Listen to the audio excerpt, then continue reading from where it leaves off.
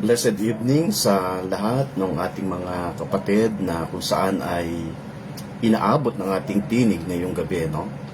Saan man dako lugar kayo naroon, ano man ang inyong mga ginagawa or kalagayan, salamat sa Diyos sapagkat muli tayo po ay nagkaroon ng pagkakataon upang tayo ay muling magkasama-sama through social media.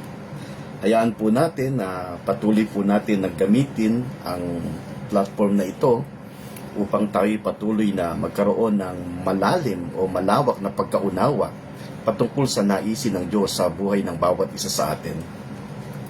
Salamat sa Panginoon sapagkat ngayong gabi ay meron po tayong pagkakataon na magamit natin ang social media. Binabati natin yung ating mga kapatid na kung saan ay regular po nating nakakasama, Luzon, Visayas, Mindanao, at maging sa iba't ibang panig ng daigdig, no? Yung ating mga kapatid dyan sa lugar ng Manteca, California, magandang umaga sa ating mga kapatid, kina Nanay Penny, kina Nanay Vicky, kina Ate Emily Quinto, at maging doon sa aking hipag na si Ateng, Judith, maging si Kuya Bonnie, sa pong mapagpalang umaga sa inyong lahat. Meron din po tayo mga kapatid dyan sa lugar po ng Winnipeg, sina Brother June, ano? Maring morning din ngayon sa kanila. Binabati natin sila ng isang mapagpalang umaga. Ganon din, syempre, andyan ang aking may bahay, Sister Jo, still watching. Binabati ko na isang mapagpalang gabi. Sister Grace, ang aking mahal na kumparing doon sa Kilayan, still watching. Maging yung ating mga kapatid na makakapag-tune in ngayon, yung iba ay ngayon pa lamang nag-tune in, binabati natin sila dyan sa lugar ng Bacoor, yung ating mga kapatid dyan, sina Ate Sally, sina Sister Grace, isa pong mapagpalang gabi. At syempre dito sa Nueva Ecija, sapagkat dito po tayo nakabase, ano? Binabati natin yung ating mga kapatid dyan, yung grupo ng ating every Monday and Tuesday group, Haga Meditation, sa pong mapagpalang gabi sa inyong lahat, ano? Now, mamaya magkakaroon po tayo ng muling pagbate bago tayo matapos dito po sa ating programa, sa ating pong pag-aaral ng salita ng Diyos. Ito po yung Kapiyan sa Pastulan, every Wednesday. Meron po tayong live broadcast through FB. Samahan po ninyo ako sapagkat dito po tinatalakay natin yung mga bagay na kung saan merong kinalaman doon sa bagay na nais ng Diyos sa buhay ng bawat isa sa atin. Kagaya nga po nung ating mga natalakay, nung mga nakalipas, nakita natin yung merong kinalaman patungkol doon sa ating consciousness. Napaka-importante po niyan sapagkat yung pong consciousness na meron tayo, isang bagay na gusto ng dyablo, maging conscious ka doon sa nararamdaman mo, maging conscious ka doon sa mga bagay na ginagawa ng dyablo sa buhay ng isang tao. But ang Biblia ay nagsasabi, our consciousness is very important dahil dapat lagi itong nakalagay o nakatuon doon sa mga bagay na ginawa ng Diyos o mga bagay na ginagawa ng Diyos sa buhay natin. Now, nakita din po natin noong nakaraang linggo, yung pong merong kinalaman about doon sa major issue. Maaring may mga issue na tayong kinakaharap o meron tayong mga issue na gustong resolbuhin sa buhay natin, but ang nakakalungkot, minsan, yung pinaka-major na issue, yung po yung hindi nabibigyan ng pansin. Ganon din sa loob ng simbahan, sa loob ng iglesia. May mga pagkakataon na yung pong mga minor issue ang nabibigyan ng diin o ng pansin, but yung the major issue, hindi nabibigyan ng pansin. Iyan ang ating nabigyan ng diin nung nakaraan, ano? Now, ngayong gabi, tayo ay tatalakay, meron pa rin po ito na kinalaman doon po sa tinatawag natin na toiling of men. Sapagkat ang halos kabuuan ng mensahe na aking pong binibigyan ng pansin or diin every time na tayo po ay nagkakaroon ng live broadcast through FB, ito po ay may kinalaman sa toiling. Nawa ay patuloy po natin ito na masubaybayan sapagkat dito ay makikita natin gaano ba kabigat yung toiling na sinasabi mo, Pastor. Gaano ba kabigat na kung saan ay dumating yan sa buhay ng isang tao. Alam nyo, ito po ay isang bagay na napakaliwanag. Sa banal na kasulatan, meron po tayong mapapansin na isang bagay na binibigyan ng diin ng Diyos o binibigyan ng diin ng Panginoong Hesus nung siya inaandito sa ibabaw ng mundong ito. Maging sa kanyang pangangaral, makikita natin kung saan siya nakapokus, ano yung bagay na gusto niya na ma-pinpoint. Meron kinalaman yan. Napaka-importante na yan po'y patuloy natin na maunawa, unti-unti. Now, ngayong gabi, ang ating pong mensahe ay pinamagatan ko po na default mode of man. Yan po yung isang bagay na mahalagang makita natin. The default mode of men. Bago tayo magsimula ay nais ko pong muling basahin yung binabanggit sa aklat ng Genesis chapter 3 verse 17 up to 19. Ito po'y malimit na natin na binibigyan ng diin, binibigyan ng pansin, but hayaan po natin na patuloy natin na unawain ngayong gabi. Sa aklat po ng Genesis, kabanatang 3, talatang 17 hanggang 19. Ang sabi dito, sa verse 17, "At kay Adan ay kanyang sinabi, sapagkat nakinig ka sa tinig ng iyong asawa at kumain ka ng bunga ng punong kahoy na aking iniuutos sa iyo, na huwag kang kakain iyon, sumpain ang lupa dahil sa iyo. Kakain ka mula sa kanya sa pamamagitan ng iyong mabigat na paggawa sa lahat ng mga araw ng iyong buhay. Mga tinik at dawag ang sisibol doon para sa iyo, at kakain ka ng tanim sa parang." Verse 19, "Sa pawis ng iyong muka ay kakain ka ng tinapay hanggang ikaw ay bumalik sa lupa, sapagkat diyan ka kinuha, ikaw ay alabok at sa alabok ka babalik." Yan po yung sinabi ng salita ng Diyos, aklat po ng Genesis kabanatang 3, talatang 17 hanggang 19. Now, basahin natin sa wikang Ingles. Ang sabi po dito, in Genesis chapter 3, beginning from verse 17 up to 19. Ito po yung sinasabi. "And unto Adam he said, Because thou hast hearkened unto the voice of thy wife, and hast eaten of the tree of which I commanded thee, saying, Thou shalt not eat of it. Cursed is the ground for thy sake. In sorrow shalt thou eat of it all the days of thy life. Thorns also and thistles shall it bring forth to thee, and thou shalt eat the herb of the field." Verse 19, "In the sweat of thy face shalt thou eat bread, till thou return unto the ground, for out of it was thou taken, for dust thou art, and unto the dust shalt thou return." Ang Diyos ay patuloy na makapangusap sa pamamagitan ng kanyang mga salita na ating pong pagbubulay-bulayan ngayong gabi, ngayong oras na ito. Now, there's a lot of religious teaching that needs to check, Kung ating pong papansinin, napakadaming mga reliyon sa panahon ngayon, at yan ay patuloy na dumadami. But ang lagi po nating binibigyan ng pansin, sinasabi nga natin, mahalaga na every time na tayo po ay nakakapakinig ng salita ng Diyos, we need to check every word that we've been heard. Yung mga salita ng Diyos na ating pong naririnig, napaka-importante na yan po'y ating tinitingnan or chinecheck po nating maigi.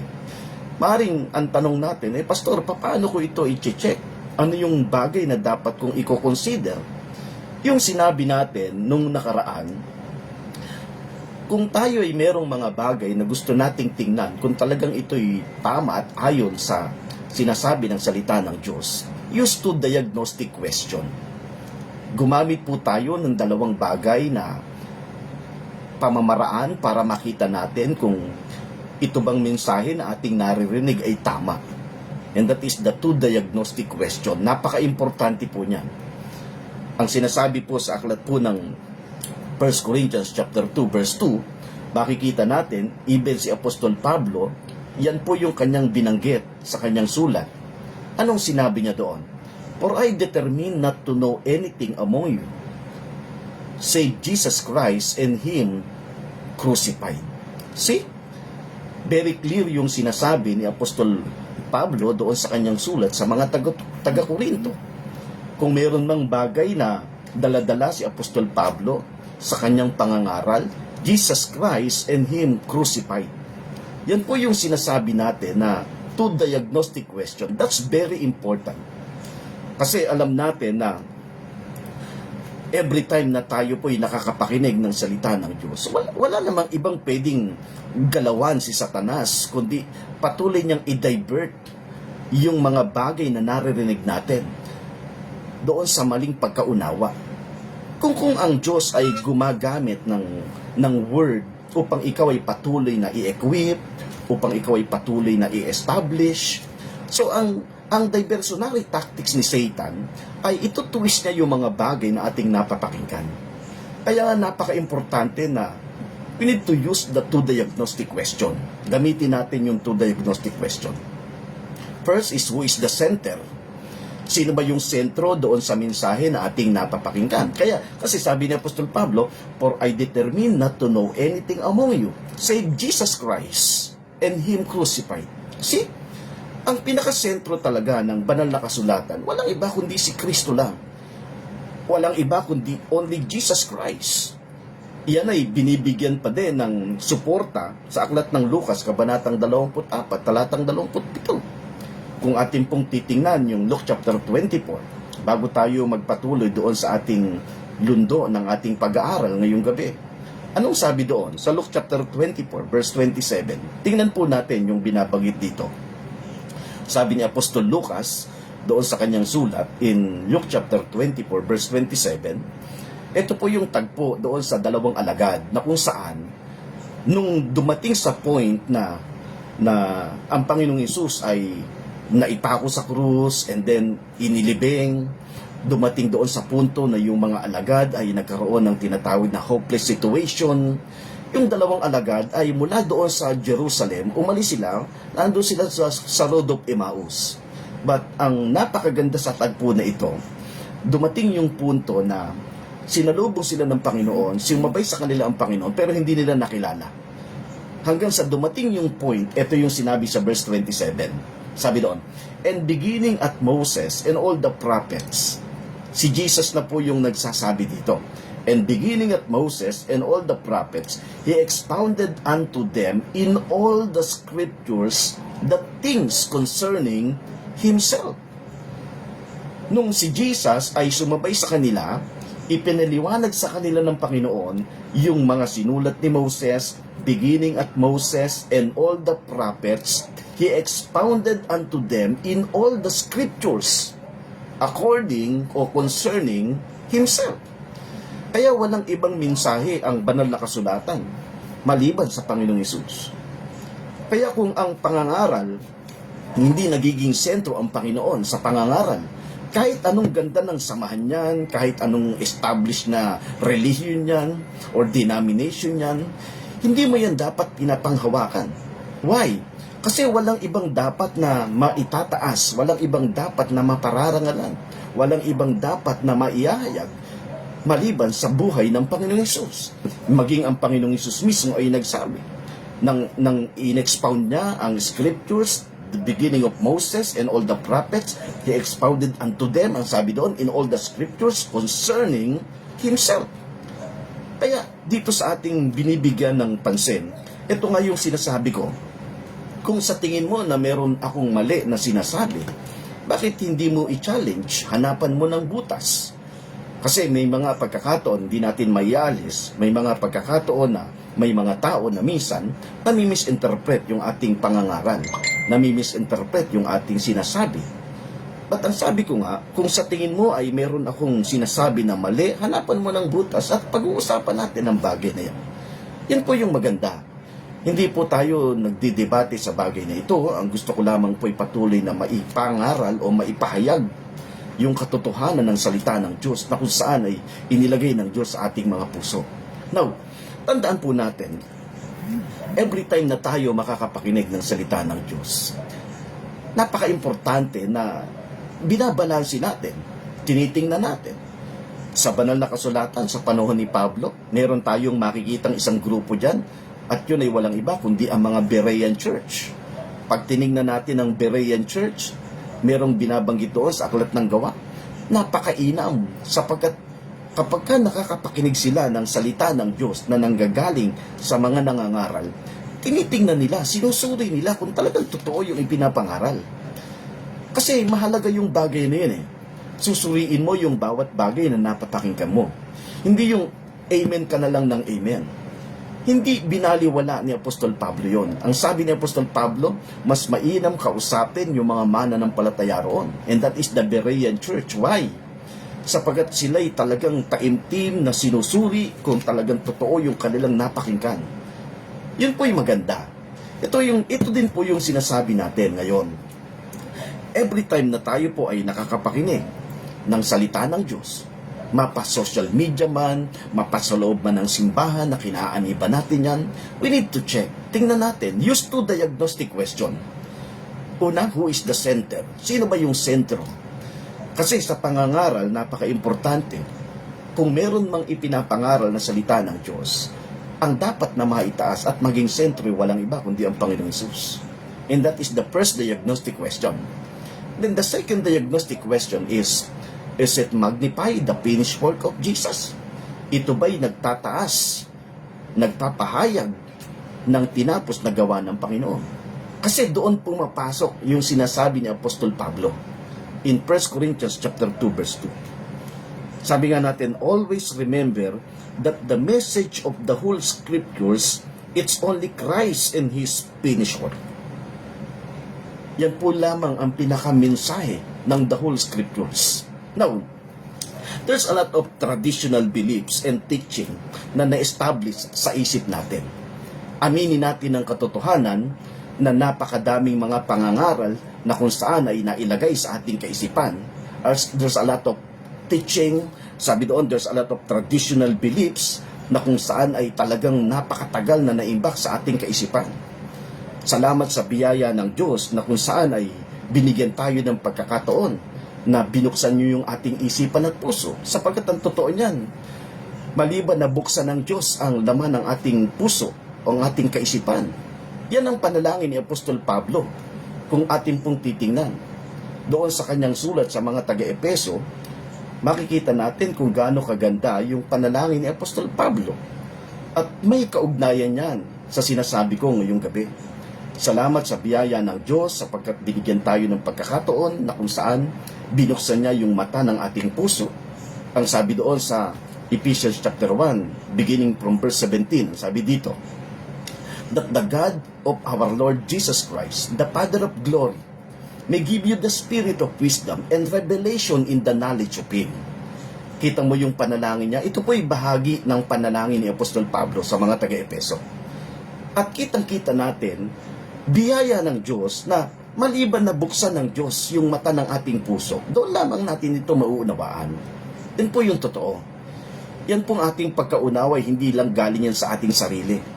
Ito po'y biyaya ng Diyos na binuksan niya yung mata ng ating puso. Ang sabi dito sa verse 18, the eyes of your understanding being enlightened, that ye may know what is the hope of His calling, and what the riches of the glory of His inheritance in the saints.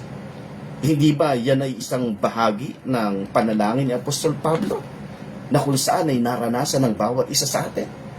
Salamat sa biyaya ng Diyos. Dumating tayo doon sa punto na yung mata ng ating pagkaunawa, binuksan ng Diyos, nakita natin yung pag-asa sa kanyang pagkatawag sa bawat isa sa atin. Kaya wala tayong pwedeng maipagmalaki sa bagay na yan. Now, tuloy natin itong ating binibigyan ng pansin ngayong gabi. Sabi natin, there's a lot of traditional beliefs and teachings na na-establish sa ating isipan. At ang isa sa pinakamabigat na lagi nating binibigyan ng diin o binibigyan ng pansin ay walang iba kundi yung nabigyan natin ng diin ng nakaraan. That sin is the biggest issue between God and man. Alam nyo, sa susunod na Wednesday, ayan, ina-encourage ko po kayo. Napakaganda nung ating bibigyan ng diin. Meron niyang kinalaman sa bagay na ito.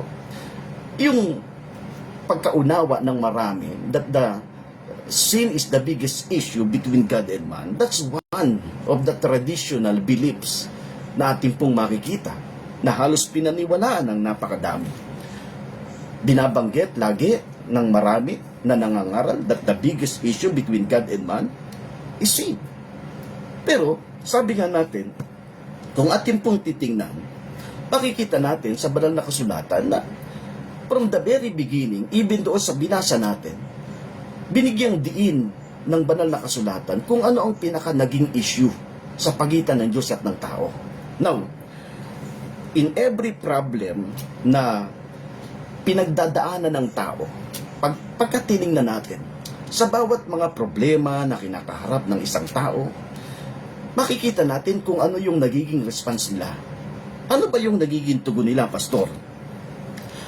Walang iba kundi ang patuloy na magsumikap, magtrabaho, magpakapagal, gagawin talaga nila, they work harder. So makikita natin na mayroong kinalaman doon ang pinakamalalim na dahilan o bagay sa pagitan ng Diyos at ng tao. Kasi sabi ko nga sa inyo, kahit pagbalik-balik na rin natin ang banal na kasulatan, wala nga tayong mababasa na pinapalapit ng Diyos ang tao para bibigyan niya ito ng kapatawaran sa kanyang kasalanan.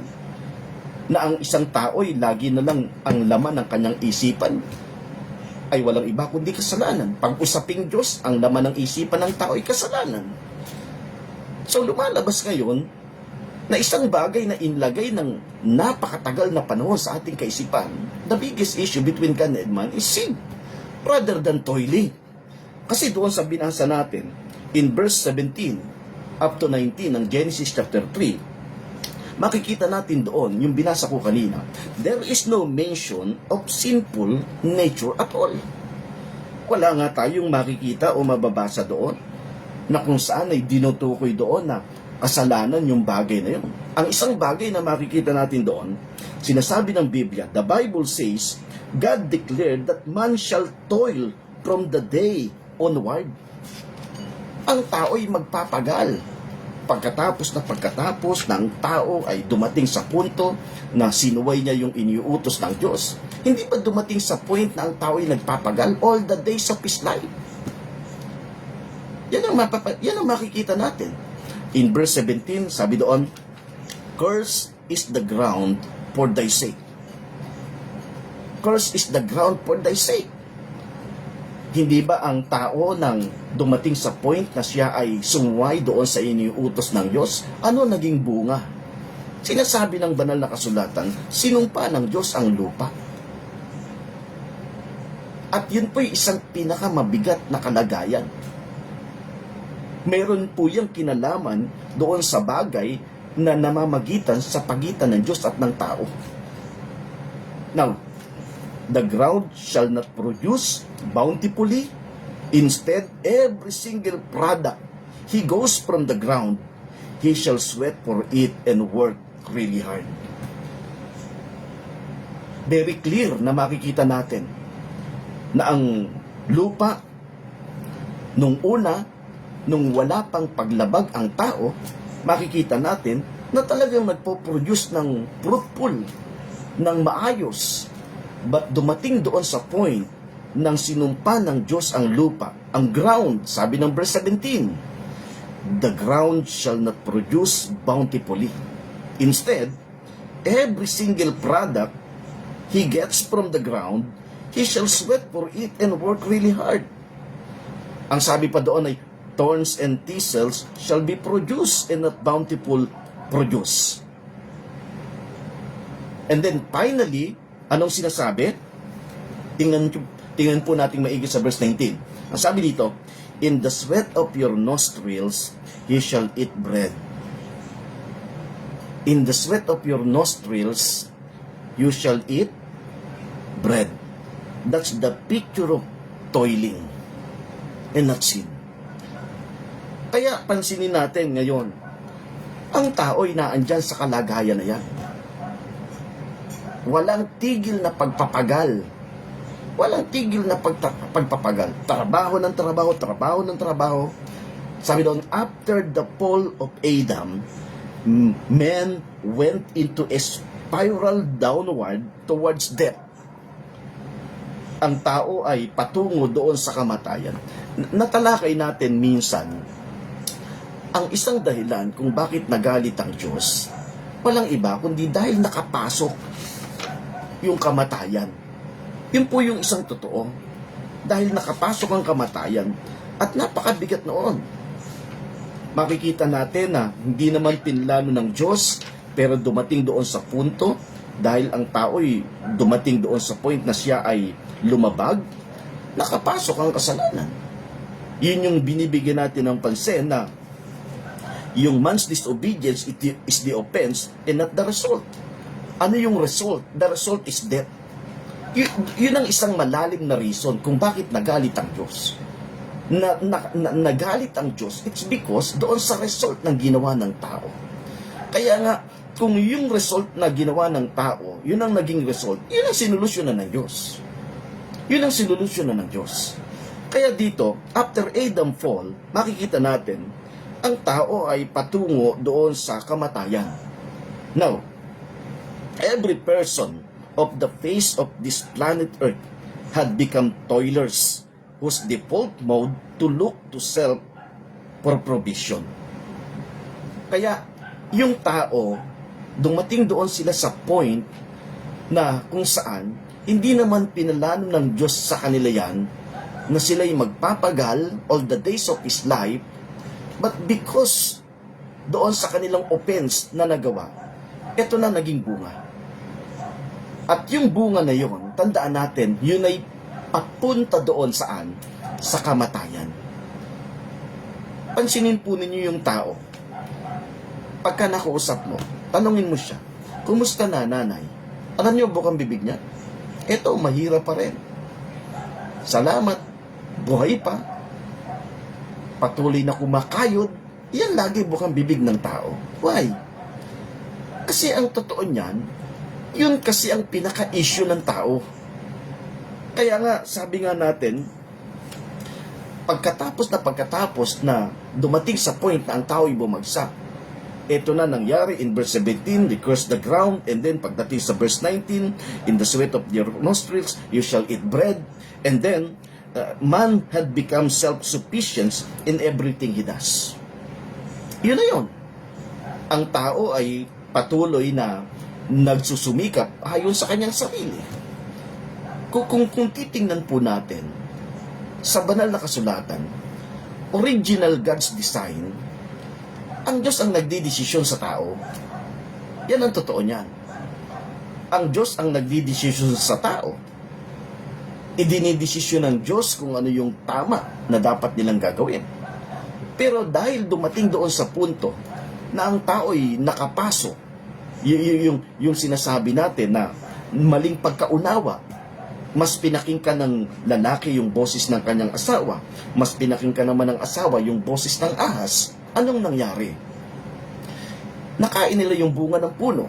At nung kinain nila yung bunga ng puno, doon nagkaroon sila ngayon ng tinatawag na conscience. Nalaman nila ang mabuti at masama. Ang totoo niyan, ang Diyos lang ang nakakaalam noon. Yun dapat eh. Pero dahil kinain nila yung bunga ng puno, nalaman nila yung mabuti at masama. Ito na ngayon na nangyari. Naging worse ang situation. Ang tao na ngayon ang nagdidesisyon sa kanyang sarili. Kaya yung sinasabi natin, man had become self-sufficient in everything he does. Yun ang nakakalungkot. Kaya pansinin mo yung tao ngayon. Akala niya kaya niyang mag-survive sa kanyang sarili dahil siya'y nakatapos, dahil siya'y nakapag-aral.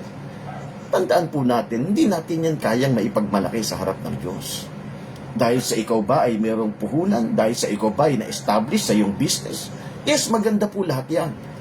Pero kung hindi natin kikilalanin at unawain na kung wala ang Diyos, wala tayong magagawa sa buhay natin, wala pong magagawa yung bagay na yan.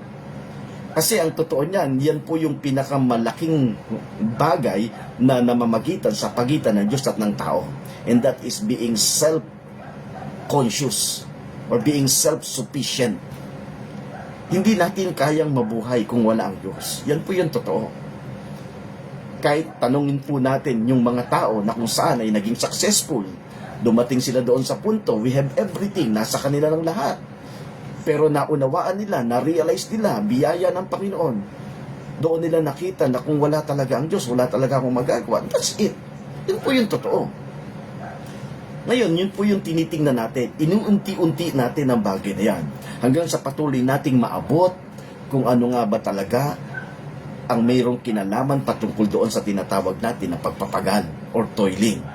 Now, sabi dito, now, the default mode of man is when focusing on self instead of Christ. That's the difficult mode of men.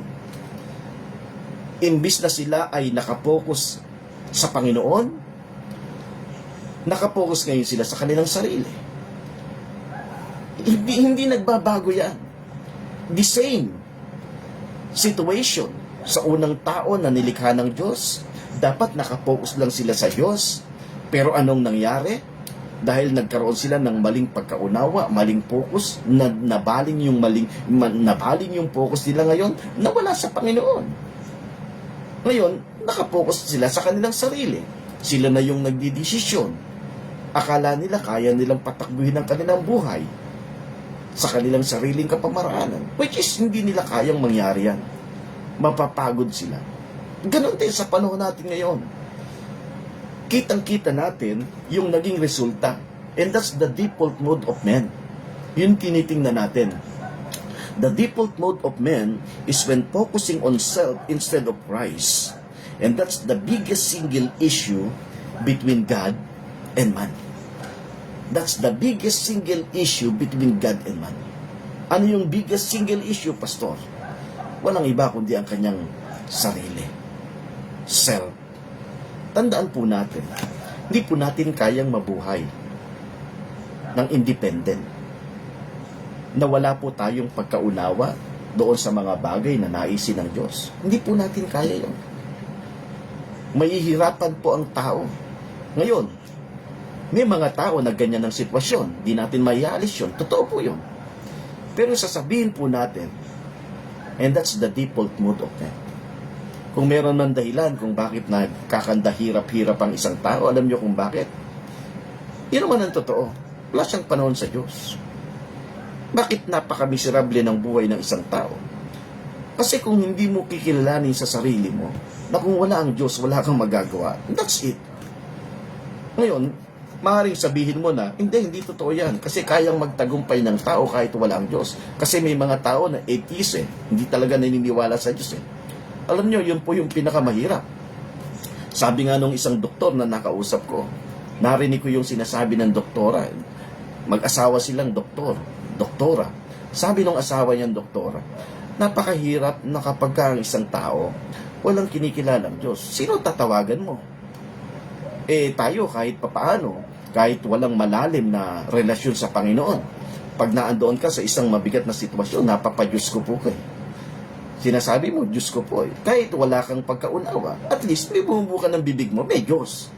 Ngayon, kung alam mo na bakit nature ng tao yon, bakit hindi mo pa seryosohin at laliman? Kasi yun naman ang totoo.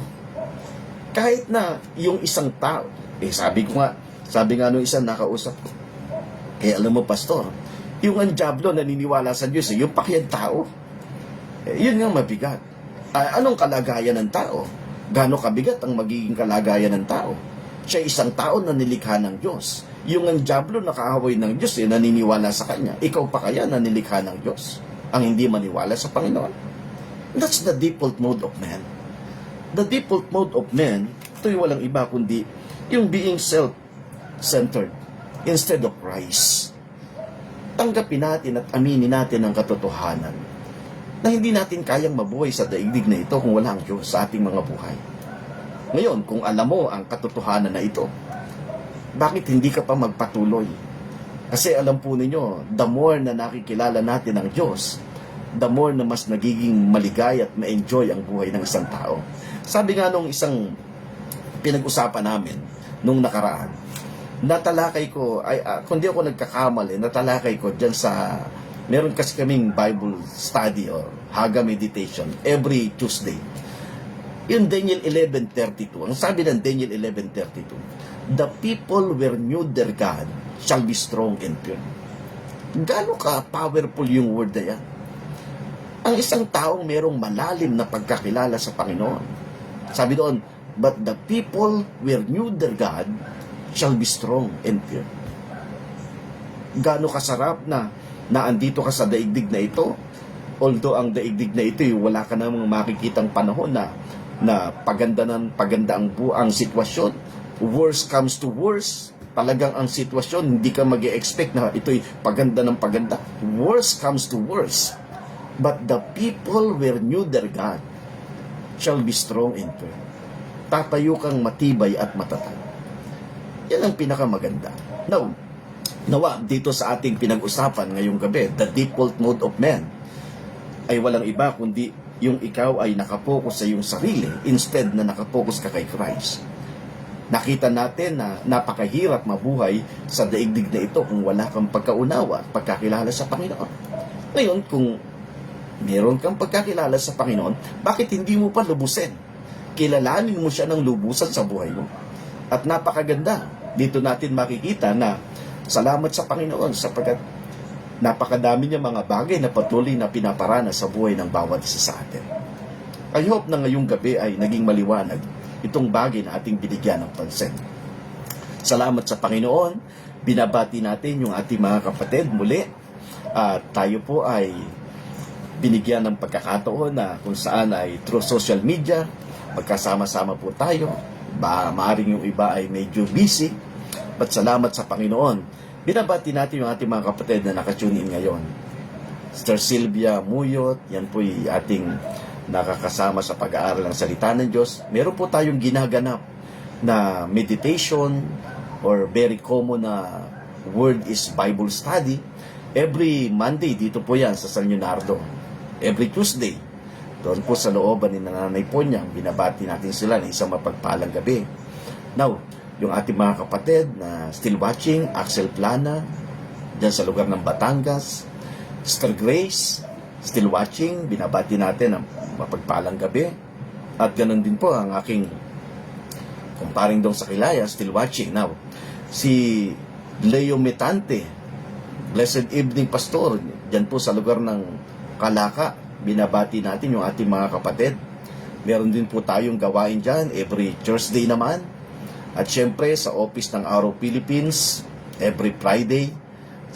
Every Friday ay church sa lugar ng Kalaka, Batangas.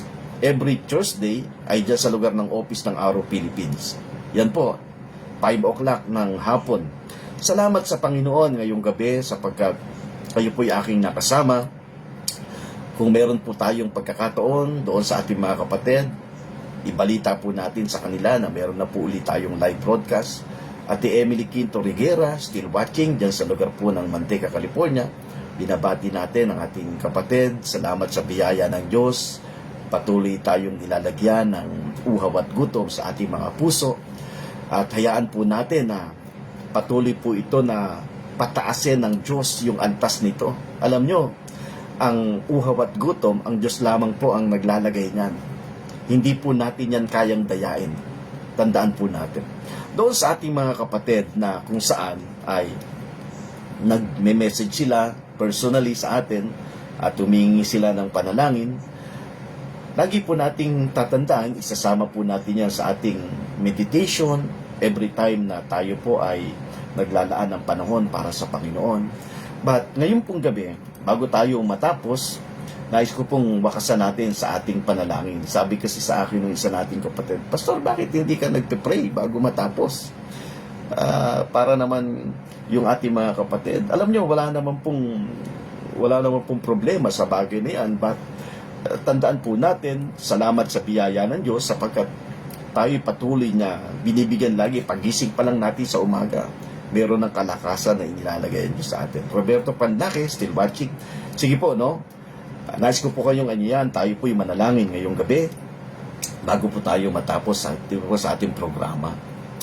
Dakila naming Diyos na makapangyarihan, salamat sa pagkakataong binigay mo sa amin na kami muling nakapag-aral dito po sa social media, nakapakinig kami ng iyong mga salita. Hayaan po ninyo na patuloy po pong lagyan ng mataas na level ng uhaw at gutom ang aming mga puso. Doon sa aking mga kapatid na nakakasama ko, saan man dako lugar sila naroon, Luzon, Visayas, Mindanao, maging sa iba't ibang panig ng daigdig. Hayaan po ninyo na patuloy pong paigtingin ang nitiin ng aming puso na ikaw ay aming makilala ng lubusan. Sa lahat ng mga nakakapanood ng live broadcast na ito, dito sa FB, hayaan po ninyo na gamitin po ninyong instrumento ang programang ito upang mabuksan ang kanilang isipan at puso, maunawa nila that apart from you, O Lord God, we are nothing. Ano man pong kaguluhan na nagaganap dito po sa aming daigdig, naniniwala kami na ikaw ang Diyos na patuloy na nakakapag-ingat sa buhay ng bawat isa, na patuloy na nagtitiwala at kinikilala ka bilang aming Diyos at tagapagligtas. Salamat po ng marami at ang lahat ng papurit parangalay sa iyo. Sa pangalan ng aming Kristo Jesus namin Panginoon. Amen. Salamat po sa inyong lahat na aking pong nakasama. Yung ating mga kapatid, binabati natin muli dyan sa lugar ng Canada, sina Brother June. Yan po yung ating kapatid na napakatagal na panahon na nakakasama natin at naging partner natin kapag tayo po yung nagkakaroon ng mission dyan sa lugar ng Mindoro. Binabati natin maging sa lugar po ng New Zealand, si Sister Jo Ongkol, yung kanyang mag-anak, sa pumapagpalang araw sa inyong lahat. At syempre, muli, binabati natin dyan sa lugar ng Manteca, California, ang aking nanay Penny, si nanay Vicky, ati Emily Quinto, Brother Arthur Anasin dyan sa lugar ng hindi ko alam sa nga ba to, sa norte, no? Binabati natin isang mapagpalang gabi sa inyong lahat. At doon sa ating mga kapatid na kung saan ay nakakasama natin, every Sunday meron po tayong pag-aaral ng salita ng Diyos, 3 o'clock in the afternoon, through social media. Yung pong ating ginaganap dyan sa Bacoor dati. So, kung kayo po'y libre, kung kayo po'y merong panahon, pwede po kayo makapag-join sa amin. Sapagkat alam nyo, wala nang ibang pinakamasarap dito sa daigdig na ito, kundi ang patuloy po tayo na magpakalalim doon sa mga bagay na ginagawa ng Diyos sa buhay natin. Salamat po sa inyong lahat. At binabati ko ang aking mga kakumparihan dyan sa lugar ng New Zealand, sina paring Johnny, paring Angel, at mag-iaking paring Dong. Salamat sa Panginoon. Sa inyong lahat, ito pong inyong nakasama, Pastor Manuel Herrera. Hayaan po natin, i-enjoy po natin ang ating pamamahinga sa gabing ito. Agyasmos to everyone.